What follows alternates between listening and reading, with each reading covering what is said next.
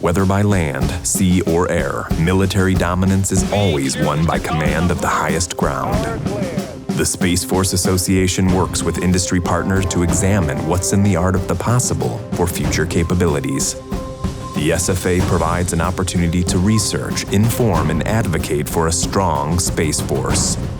Show your support by signing up today at ussfa.org.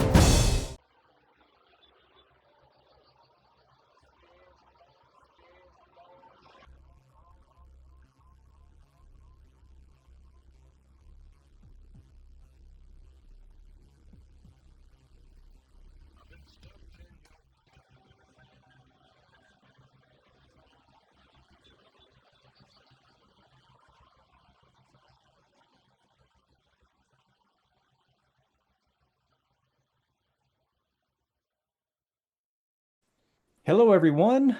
Welcome to another Spacepower podcast. I'm your host, Bill Woolf, the president and founder of the Space Force Association, the only nonprofit organization solely dedicated to the U.S. Space Force Guardians. Here with Alex Hoey, Chief Growth Officer, Strategic Alliance Business Group, SABG, another fellow Space Force champion. Alex, thanks so much for taking time out of your busy schedule to talk about what SABG has been working on. I really appreciate you having us, and we're really excited to get to talk to you today. Well, I really appreciate SABG's partnership at Spacepower 24. I hope you guys had a good time. I know there was a lot of activations, and we got big plans again for 2025. So again, thanks for your continued partnership. Yep, we're looking forward to 2025 already. As we get going and talking about what's actually going on at SABG, what I'd like to do is get your background. So for the audience, can you just explain a little bit about your background, how you got involved with SABG, why you're so passionate about the space mission set, specifically the Space Force mission set, and then we can start talking about what SABG has been working on. Yeah, that sounds great. So my background, it kind of is happenstance. Getting into GovCon, finding SABG, just sort of, it finds you versus you finding it. I was political science, and so I had a choice once I got done undergrad to go to the University of Kentucky, which has a really cool political science program, like a PhD program, or come to George Mason. Since I knew I wanted to do political science and international relations, DC seemed like the obvious choice.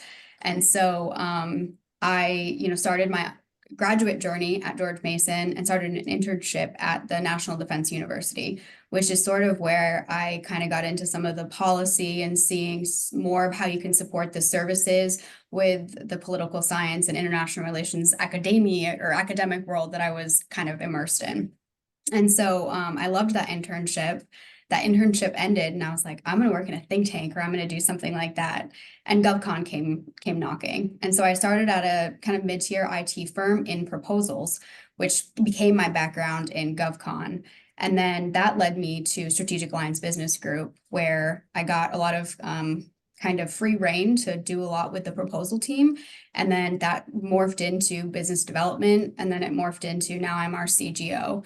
And so I lead all of our kind of strategic growth teams and the different initiatives across our organization. So it's kind of just I've always been a type A, how do I get from point A to point B? And this one kind of just happened through, a lot of capitalizing on opportunities and being intellectually curious, which is sort of what got us into Space Force too. Yeah, so being intellectually curious, let's talk a little bit more about that. What are the characteristics there associated with being intellectually curious, especially because in today's day and age, you've got to be curious as opposed to just telling people, hey, this is how it is. So talk more about that. Yeah, so I would say it's actually one of the attractions of SABG, I'll say, is so SABG has kind of grown up in the Missile Defense Agency. That's where I'll say, kind of got our start in a lot of ways. It's where we've honed our capabilities. And for me, as a political science background, I was like, hey, I know that stuff. Like, there's a lot of intersection there with kind of the political science and their international relations and everything that I was really passionate about. And so from there, when we were in a sort of planning year, like, what do we do next? How do we go from where we are and where do we want to go? Our CEO is an Army veteran, so we knew that supporting the service in some capacity was going to be important to us. And just between some of the overlap in what Space Force is doing and their mission to what we were doing at Missile Defense Agency, it seemed like kind of a natural extension, right? And so for me personally, I was like, well, hey, this is a newer service. Everyone's sort of learning as you go. You get to kind of, you don't have to be the scholar of, the 25-year Air Force veteran to be able to understand some of the things that they're trying to do, like with Guardian culture or just how they were setting things up. And so it seemed like a great opportunity for us as an organization to kind of spread our knowledge and what we had learned in some overlapping mission sets, and take that to a new market. And so that came from, and you'll see this in some of what we talk about is like, hey, you have to research and learn. And then once you figure it out, you kind of get told, yeah, that's not how it works. And then you go back to the drawing board and you're like, okay, cool, I know it now. And so that's been really fun. Yeah, what you talk about is iteration, and I think it takes a while. Folks Yeah.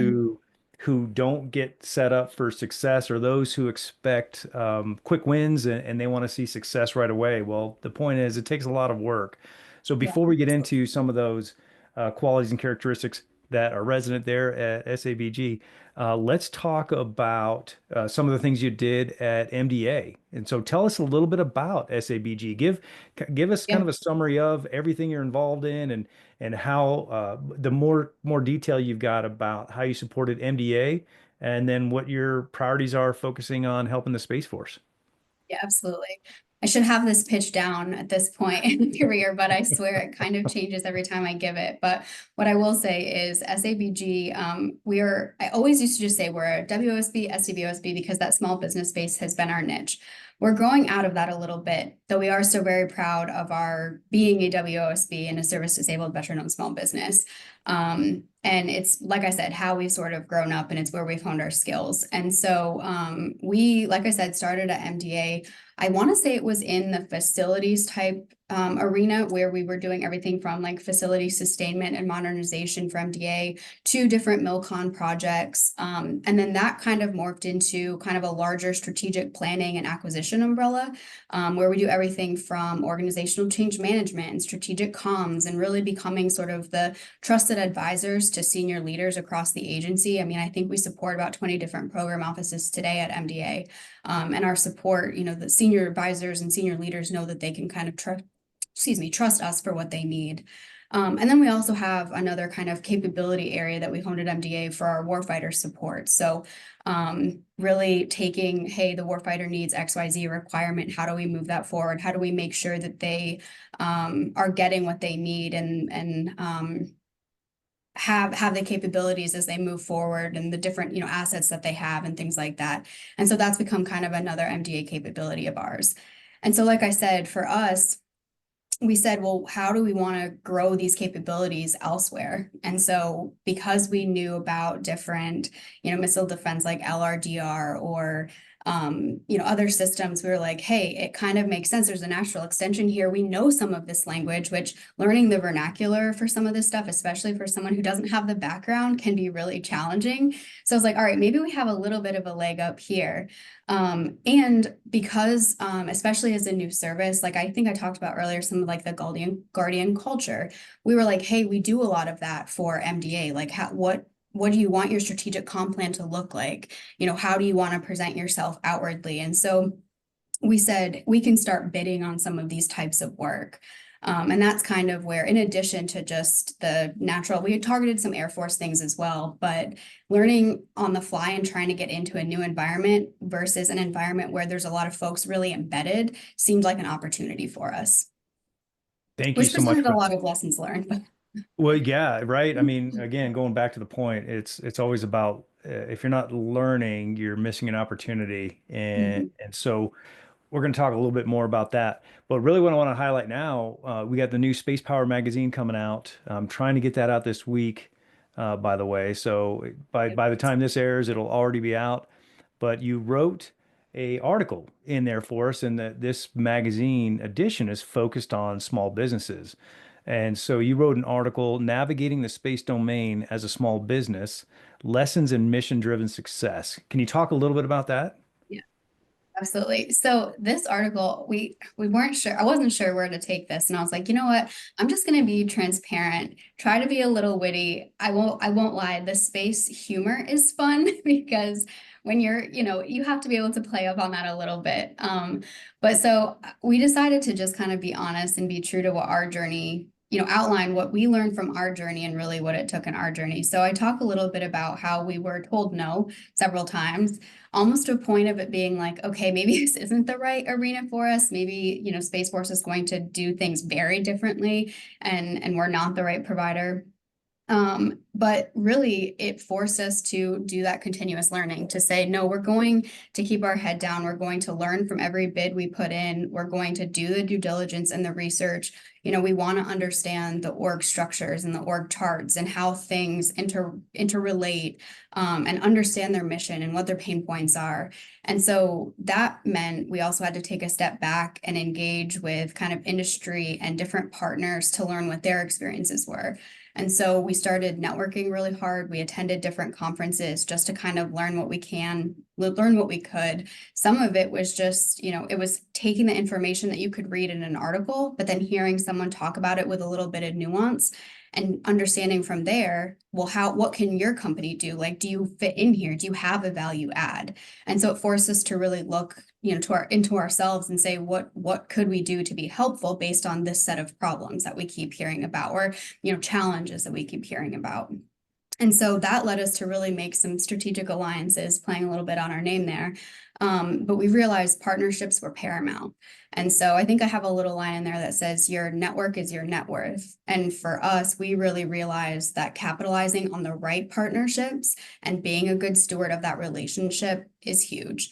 And it's been a game changer for us. And then, of course, once you get that kind of work or you get to where you want to go and you win, contract with Space Force or something like that, being customer services 101, it's anything that you need, we're here to do. Being proactive, thinking outside of the box, that stuff became really important, in addition to nurturing the strategic alliances and the teammates and the partnerships that we had created along the way. So the article summarizes a little bit about that. Yeah, no, I appreciate that overview and that perspective. Let's talk about the model by which you create strategic alliances. It's in your name. And so just walk us through the process of, when you're examining potential work, how do you set up the strategic alliances? What does that look like? What are the characteristics? Is it dependent? I mean, how critical is that based on the relationships that you establish?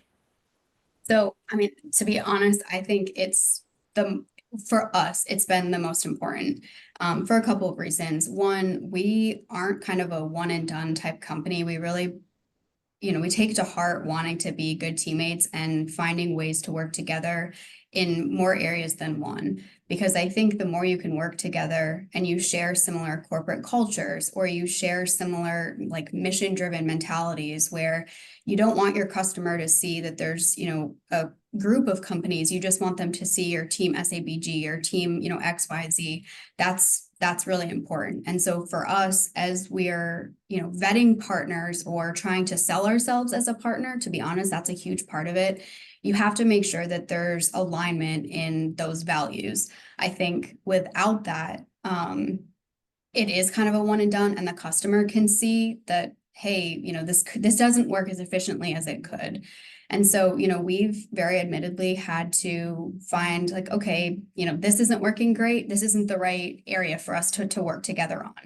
But then when we found the right partner, we've really held on to that. And I try really hard, especially just for myself, to nurture those relationships and make sure that there's, alignment as we move forward across, whether it's different pieces of work and finding where you have complementary capabilities, et cetera. You don't always work with that same partner network, but making sure that you're delivering the best team to the customer is our primary mission. Thank you. Right now, there's a lot going on Yeah. at the national leadership level. Tell me about some of the concerns you've got as a small business and what some of the impacts are based on decisions being made. Can you talk a little bit about that? Yeah, I mean, we're still above all, I would say, customer focused, mission driven. And by that, I mean, we're trying not to, we're monitoring everything. We're making sure that we can stay relevant. We are a traditional advisory services firm, and we know how critical people are to achieving mission success. And so we're making sure that our customers know we know that, and we're still going, above and beyond to make sure that, the mission is being met. And I think around where we can only control so much. And so around that, we're looking for, well, how do you, find potentially different teammates and start blending some of the technology capabilities with the professional services, and what does that fusion look like? And how can you kind of go to market to be competitive where science is really important, right? Or, rapid prototyping is really important.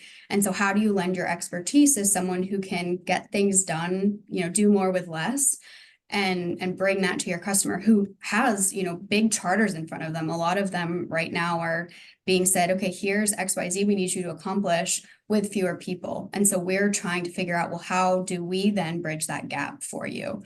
And so, it's a day-to-day assessment. It's really hard to plan, but we just know that we'll protect what our customers need and make sure that the mission still comes first. Yeah, thank you. And you're right. I mean, no one's got a crystal ball right now, looking out at what's happening at the national level, specifically with regards to Department of Defense. And we know what the SecDef is trying to do in terms of right size the budget, the defense budget, right size the workforce. But there's consequences, downstream on the companies that support national defense mission sets. And so that's just something to think about, as we continue to have the dialogue with our partners like yours, like you, as we go forward. As a not-for-profit organization supporting a strong space force, is there are implications for decisions being made at the national level. So let's talk about growth. Where does SABG want to be in 5 years? What does that look like? Yeah, that's an interesting question. And I think one we ask ourselves daily. As I mentioned, we're outgrowing some of that traditional small business space, but we're not, a large systems integrator, or, we're not in this, multi-billion-dollar type revenue bucket yet. Maybe one day. But we're trying to figure out, kind of like I was talking, that blend of where do you can you merge the technology needs with what has traditionally been done in, advisory and assistance services? And so for us, we're trying to take some of our secondary capabilities. So we do some, wargaming exercises and modeling and simulation and some of the training components, and how do you do that better? We're trying to take those capabilities and really bring them to the forefront. And so that comes from re-engaging some strategic alliances, making new ones, and finding ways to kind of better work together.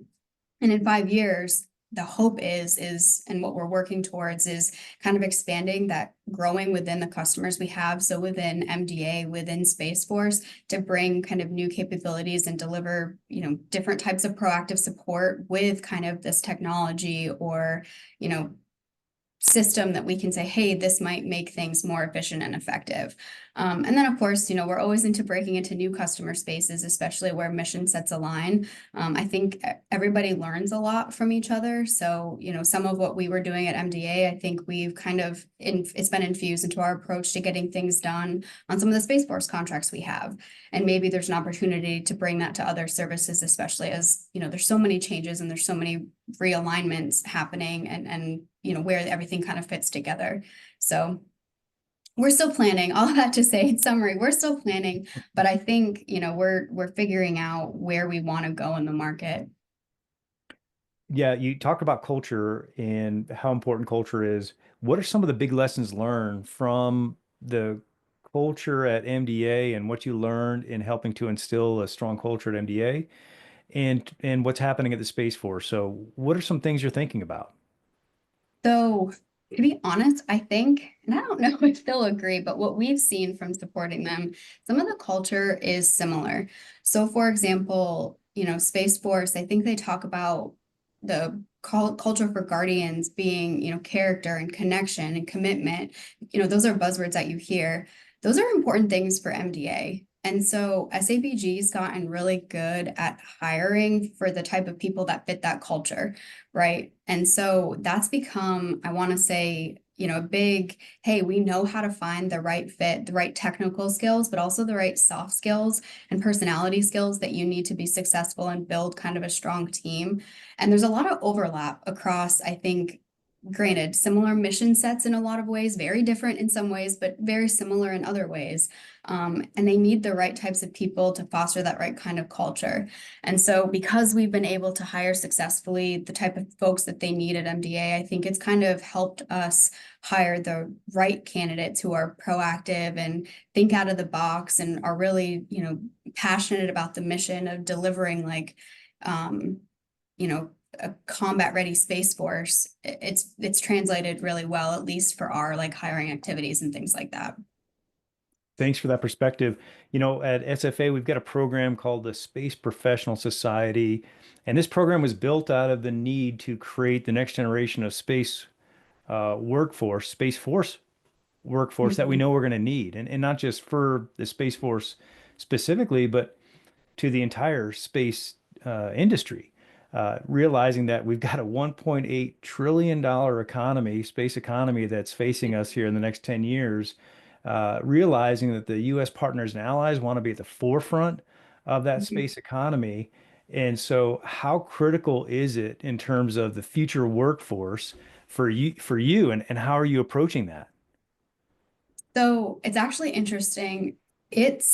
We're supporting, SABG feels really privileged to be able to support S1 in some of this activity through the Personnel Management Act. So we are supporting that function across S1 to help kind of implement that and make that exactly what you were just describing kind of is the mission, to bring this bright workforce and find out how I don't want to say necessarily do more with less, but I mean, those are just the facts, right? Space Force has way less guardians than any other service in existence. And so I think there's we're really passionate about being able to help kind of implement and phase through this kind of concept of full-time and part-time, and what does that look like? And so, we're in that way, I think we're seeing a lot of changes and hopefully supporting positively a lot of those changes to bring a really strong workforce and a combat ready for space. And from your perspective, talking about the Personnel Management Act, can you talk about some of the key tasks that you're supporting? Yeah, absolutely. So we're doing everything from some of the, strategic communications. How do you want this to be delivered to audiences, right? I mean, I think I don't want to say confusion, but I think there's a lot of questions because it's so new and such a innovative shift from how other services have thought about personnel. So we're doing some of that comms for the policies that they're creating and things like that. It's some administrative tasks, right? Because there's a lot of different systems trying to speak to each other as you're moving folks in from different services. So it's helping manage all of that data, all of the different information within a really resource constrained environment. And so, yeah, I want to say there's 4 or 5 core task areas, but those are kind of the high level ways that we're helping. Perfect. Yeah, I've asked Space Force senior leaders repeatedly to see if they'd hire me into the Space Force, and I keep getting rejected. So I don't know what the Personnel Management Act is specifically. However, I do know that it's not open to me specifically, and I understand. That's okay. I'll sit over here and do my job. Yeah, Um, we all have but our place. that's right. Well, Yeah. it's a bright future for sure, for the Space Force. So, looking back, how you started your career, what advice would you have for a young professional who wants to start their career in space, who may be able to join the Space Force, who may be able to join industry, involved in supporting a strong Space Force? What were some of the lessons learned you'd provide back to a younger you? Yeah. I think it would be to not be afraid to ask questions For the longest time, like even when I started at NDU, I remember we sat in one meeting and I worked within the Center for Technology and National Security Policy, and I didn't know technology necessarily. And I only had my academic background, not a service background. So they had, it was a presentation, maybe like an Army or Air Force thing. But the entire slide was like acronyms. And I remember like taking notes and being like, okay, well, I'm going to have to go home and research what all of this means. And I got nothing out of the presentation. Even so much so that like after when I was sitting around with some of my supervisors, I didn't want to ask questions because I felt dumb for not knowing. But there is no way I could have known. And so I think if I were to go back and tell like my younger, less confident self, it's okay to ask those questions. You're not going to understand the vernacular. But there's only so much that like the internet can tell you. You get so much more by actually talking to people and being okay with consistently learning. No one expects you to know everything. And so, now I've gotten a lot better at just, calling up a teammate and being like, hey, can you explain this to me? Because I'm not understanding. Here's what I think. I can make assessments, but I don't know, right? Because I don't have this background. Or calling up Cujo, one of my colleagues, and being like, all right, I need you to put this in layman's terms for me because it's not tracking for me. And that's okay. We all have our different skills and strengths. And so I think that's the biggest piece of advice is not to be afraid to ask those questions that you think people are going to judge you for. No, that's great advice. And thanks for working with your colleague, Cujo, because I had the opportunity to work with him in the past as well. And while I would say he's not the best coworker in terms of, feeling like, hey, I'm okay to ask questions, he definitely will provide the educated response. Very smart individual working there at SABG. Absolutely. Yeah, no, and he's been great. He's been a game changer for us. Absolutely. A force multiplier, I think, is the buzzword. He sure is. Here's a question for you. I just got a ticket on the next Blue Origin flight. I don't want to go. Do you want to go? Well, that sounds really cool. Why don't you want to go? I Well, can't imagine. by the way, I didn't get a ticket on a Blue Origin Yeah, flight. Wouldn't that yeah, be something though? But the would question be. is, given the opportunity to go into space, would you? I don't know. I'm really risk adverse, Uh-huh. so I don't know that it would be for me, but I think it's really cool. What I will say is I do trust technology, and I think that the more we put efforts into technology, which you can see kind of across the board right now, the better it'll be. And give it a couple years, I'll probably say yes.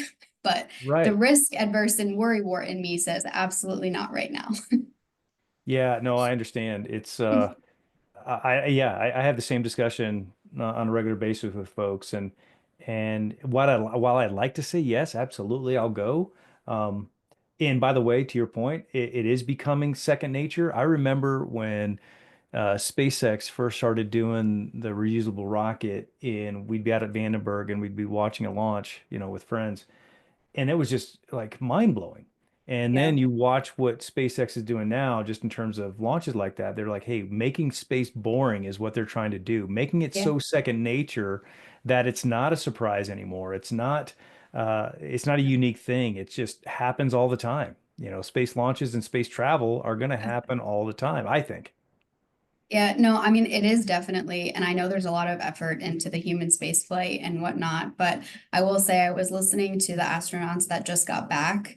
And I think it was the gentleman was saying that it is weird, right? It is weird that you're in this little like tube and you're flying through the atmosphere and there's all these like, different variables in play. And he goes, it's not necessarily normal. Like it's a really hard thing for your brain to conceptualize. And I was like, yes, that's so true. And if you're saying this as someone who is obviously brilliant, what does that say for the rest of us? Like it is a crazy concept, but technology has just enabled so much possibility for this stuff. Yeah, I can't wait to see. I mean, we're living in a very unique time in our history to see what's happening. And I tell you, more and more folks, everyone's excited about space. I think, regardless of who you talk to, they're really excited about um, where space is going. And again, this administration, you heard, during President Trump's inauguration speech, talking about going to Mars. And so All right, SABG, how are you supporting the national strategy to get folks to the moon and Mars? Yeah. Well, we're great planners, I can tell you that. No, I mean, I think here's the thing.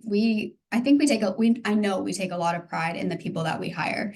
And I know I've stressed, the term out of the box thinkers, but we're also hiring the people who are like, hey, will listen to that idea and say, well, that's cool. How do I support that? Right. And then they're going to start doing tasks without being asked to kind of support mission enablement.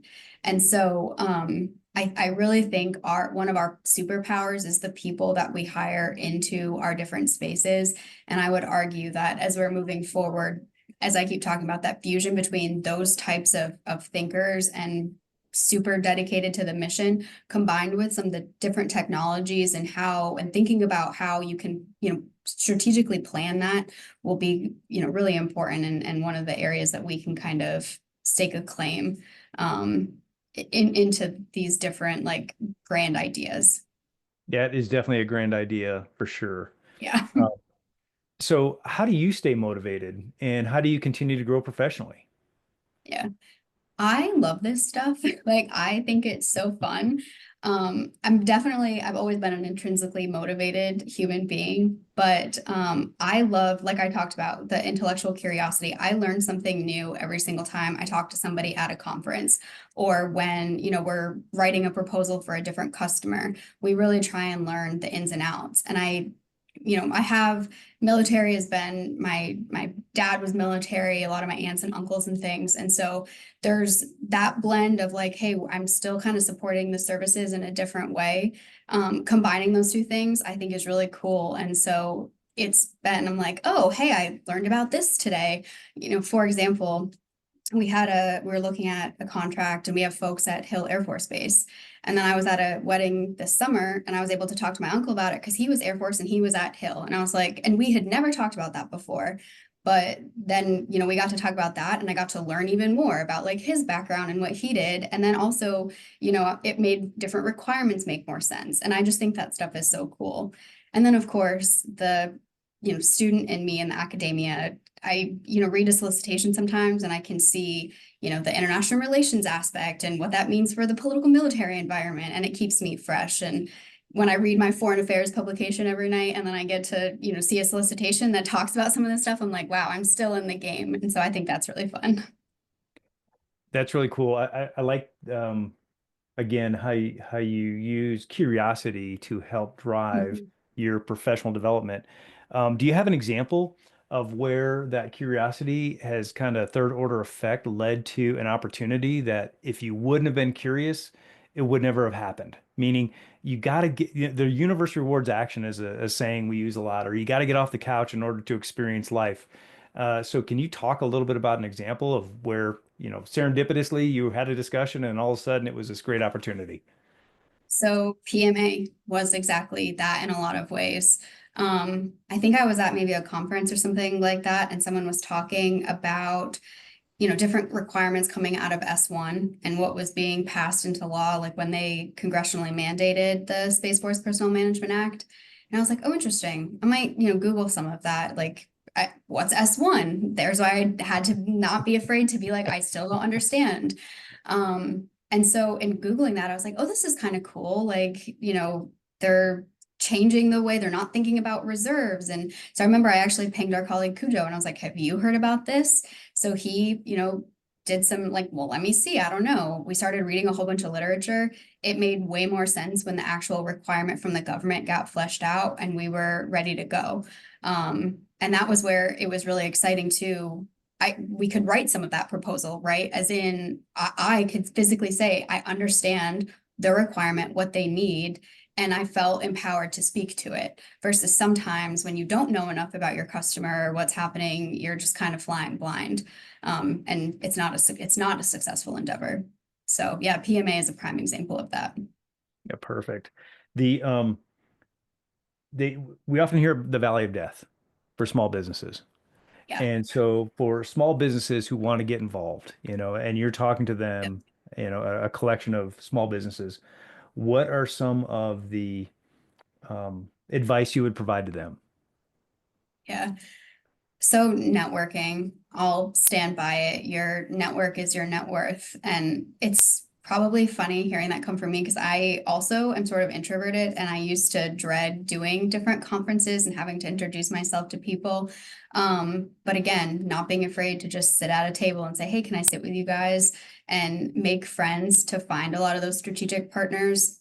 It's paramount, to be honest. I think without the partners and spaces, as you're trying to grow into different areas outside of just what you know, you have to be willing to kind of put yourself out there, maybe make yourself look a little dumb, but someone will eventually take a chance or see that you have the right cultural fit, the right capability that complements what, another firm is doing. And so I think, it's not the least expensive way to do it, but I think it's really important to get yourself out there, get your name heard. That like name recognition is really important. And so, there's knowing your customer, knowing all that. Yeah, that's really important. And the BD and all of that, but networking with the right people is really critical. Speaking of networking and events, what is the next event on SABG's calendar? That is for sure. National Space Symposium. We're excited. Yep. Got a busy couple of days. Cujo and I will be there. We're really looking forward to it. It's always fun. We were just at the AFA Warfare Symposium, and everybody at the last day was like, see you at National Space Symposium. So yeah, we're really excited. What are some of the events that you're going to attend at NSS? So, it's interesting. You're putting me on the spot there. We've printed out the agenda. We're excited to listen to some of the different talks. A lot of the keynotes and stuff, we're really excited. But to be honest, we're using that as a big networking tool. We've done a lot of outreach to some companies we haven't talked to in the past as we're, trying to look outside of just our traditional capability set. So we've got a lot of introductory meetings and whatnot, obviously a couple of happy hours and whatnot, which we're always really excited about after a long day. And then in between all of that, we love to catch a lot of the talks, especially the keynotes and whatnot. Yeah, I don't know if you saw, we announced I'm doing a Spacepower podcast live with Lieutenant General Miller I did see that on Wednesday. Maybe I'll see you there. Yeah, absolutely. Absolutely. We love listening to General Miller talk. That was actually who Cujo did the fireside chat with at Spacepower conference. That's right. Yep. That's great. That'll be great. And so we're looking forward to that. Any last thoughts from you, Alex, as we close out this discussion? No, I will just say, I know I said at the beginning, I was really excited to talk to you. We really welcome this opportunity. We're excited to support SFA and continue supporting SFA as we kind of grow to support the Space Force customer more broadly. So we really appreciate your time today and the opportunity to do this. Thank you so much, Alex. Alex Hoey, Chief Growth Officer, Strategic Alliance Business Group. Thanks so much for joining us today, and we'll talk to you real soon. Have a great Space Force Day. Semper Supra. Whether by land, sea, or air, military dominance is always won by command of the highest ground. The Space Force Association works with industry partners to examine what's in the art of the possible for future capabilities. The SFA provides an opportunity to research, inform, and advocate for a strong Space Force. Show your support by signing up today at ussfa.org.